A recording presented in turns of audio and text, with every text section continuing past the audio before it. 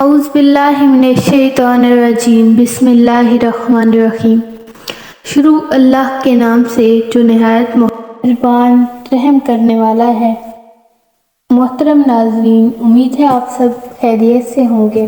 آج کی ویڈیو ہے ایک بہت ہی ایمان افروز واقعے کے بارے میں اور ایک ایسے شخص کے بارے میں جسے اللہ کی زیارت کا بہت شوق تھا۔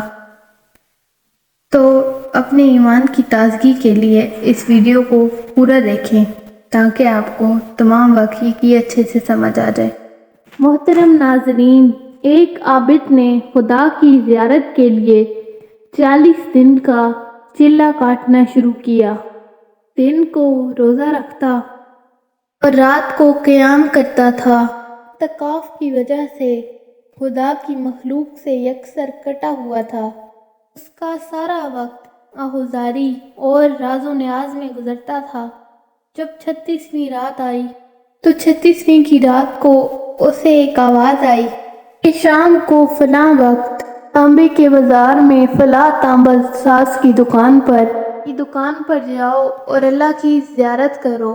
وہ شخص وقت مقررہ سے پہلے پہنچ گیا اور بازار کی گلیوں میں اس شخص کی گلی تلاش کرنے لگا۔ بازار کی گلیوں میں تمام تانبا سازوں کی دکانوں میں اس دکان کو ڈھونڈنے لگا۔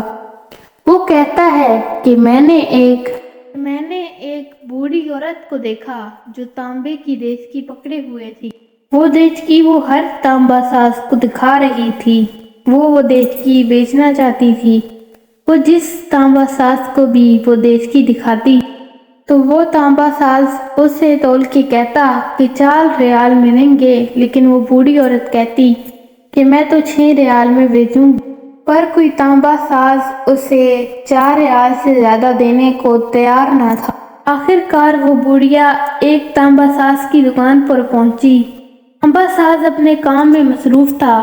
بوڑھی عورت نے تانبا ساز سے کہا کہ میں یہ دیچکی لائی ہوں اور میں اسے 6 ریال میں بیچوں گی، کیا آپ اسے 6 ریال میں خریدیں گے؟ تانبا ساز نے بوڑھی عورت سے پوچھا کہ 6 ریال میں کیوں دیں گی؟ تو بوڑھی عورت نے جواب دیا کہ میرا بیٹا بیمار ہے۔ حکیم نے جو نسخہ اس کے لیے لکھا ہے وہ 6 ریال کا ہے۔ تانبا ساز نے دیچکی لے کر اس بوڑھی عورت سے کہا کہ ماں، یہ دیچکی بہت ہی عمدہ ہے اور قیمتی ہے، اگر آپ بیچنا چاہتی ہیں میں اسے 25 ریال میں خریدوں گا۔ بوڑھی عورت نے جواب دیا کہ کیا تم میرا مذاق اڑا رہے ہو؟ تانبے والے نے جواب دیا کہ ہرگز نہیں، میں واقعی میں 25 ریال دوں گا، اور 25 ریال نکال کر اس بوڑھی عورت کو دے دیے۔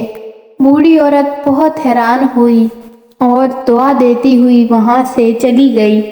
عابد کہتا ہے کہ میں سارا ماجرا دیکھ رہا تھا۔ جب وہ بوڑھی عورت چلی گئی تو میں اس تانبے والے کے پاس گیا۔